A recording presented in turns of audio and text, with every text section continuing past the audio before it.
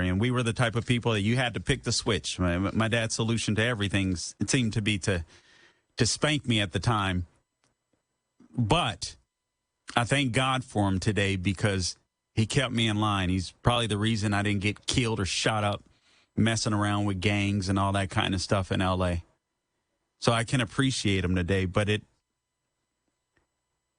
I had somewhat of a rough road. See, I'm a different type of conservative. We can talk about gun stats, but I can tell you about holding a gun in my hand. I can tell you that this is the greatest country that God has ever given man because this nation has given me second and third chances. This is an amazing nation. I'm so tired of the ingrates and social justice warriors that would say otherwise. Seems to be the richest black people that want to tell us how horrible it is for the rest of us. The Joy Reids of the world, the Don Lemons of the world, the LeBron Jameses of the world. But I'm telling you, as a reformed criminal, as I flip through these pages in my formerly ink-stained, fingerprinted fingertips, this is a great country. This is an amazing country. Let me tell you about some cool white people that came into my life because I didn't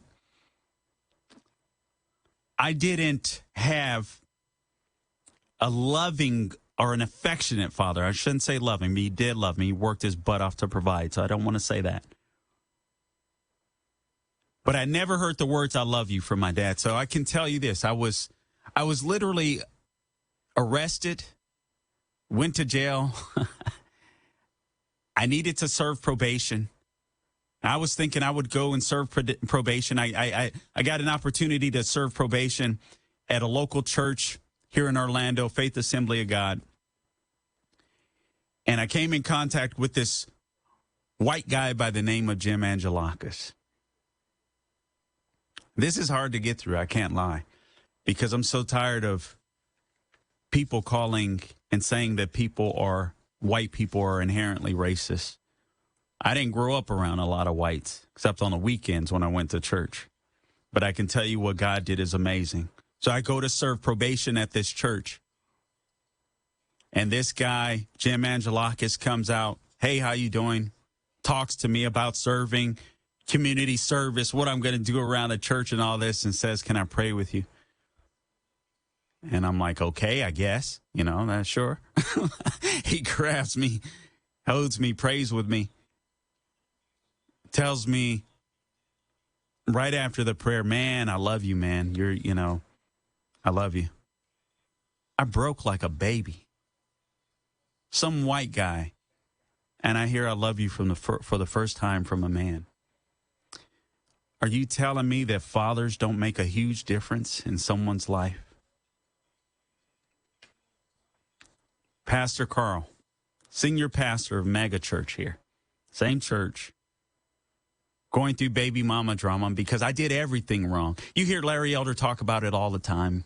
You can read it at Heritage Foundation. You can read it at the Brookings Institute. All you have to do in America to be a success is to graduate high school, get a job, get married, and then have a kid. Well, I dropped out of high school. Played around in the streets, started stealing, even between jobs, and had a child out of wedlock. I did everything wrong.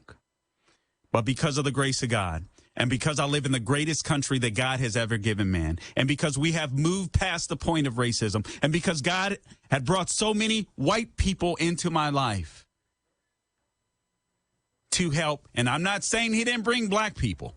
I'm just making the argument that a lot of people stepped up in this so-called systemically, inherently racist America to help this little poor black boy out. So when I was going through baby mama drama, pastor of a mega church, Pastor Carl Stephen, calls me after counseling with him once. Calls me at night. Just wanted to check in. Just wanted to see how I was doing. Went through a custody battle for my daughter. A white attorney by the name of Neva Kelleher that said, you know what? I had a dad like you. You're going to be a good dad. I'm going to fight for you. The first time she had ever accepted any type of payments from anybody. She's a high-profile attorney. She did it for me. I can tell you about Brad Bright and Eleanor Fox. Eleanor Fox, who introduced me to the Bright family, the founders of Campus Crusade for Christ. And then Brad Bright, who would take me to breakfast and mentor me on things of God and the Bible. I can tell you about my friend Mark Mucha, who I consider a brother, who he and his dad opened their home to me and gave me my own bedroom. I hadn't had that growing up. I can tell you about my boy Mark Ortiz and his mother Marty, and even his brothers Alex, Patrick, and how they would allow me to come to their place and get out of the hood. They lived in Corona. I was in not so great parts of Long Beach. And they would allow me to see a different world and what could be. I could tell you about Gilda and her son, Danny, my boy Danny. Both of them just worked on me, allowed me to stay at their house and worked on me when I was going through crazy stuff, trying to bring me to Christ, and kept working on me and kept working on me. I can tell you about Danny's grandparents, Grandma and Grandpa Perez. Now, they're white Hispanics. They're Latino, but white Hispanics. After Trayvon Martin, you know, the whole George Zimmerman, Trayvon Martin thing, we created a new ethnicity, apparently, white Hispanics. So I guess that's why I have them on my cool white people list. But Grandma and Grandma Perez, who also gave me a place to stay at their home for some time. Not only that, but helped me pay for my custody battle because I was dead broke. I can talk to you about the American adversaries, the first white guys to put me on radio, to take a chance on me. Christopher Hart, Lair Adams, Nostradamus, Johnny Guns, who spoke with me and said, I see something in you. I can tell you about Dennis Prager, who came on my show and said, you're special. I could talk to you about Phil Boyce, who said, I'm going to give you a shot.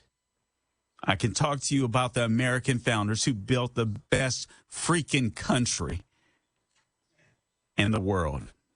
And I can tell you about my sponsors, Aubrey, Elise and Tom Edwards, Joe Burt, Mike Lindell, that helped me locally. These are cool white people. I wish you knew.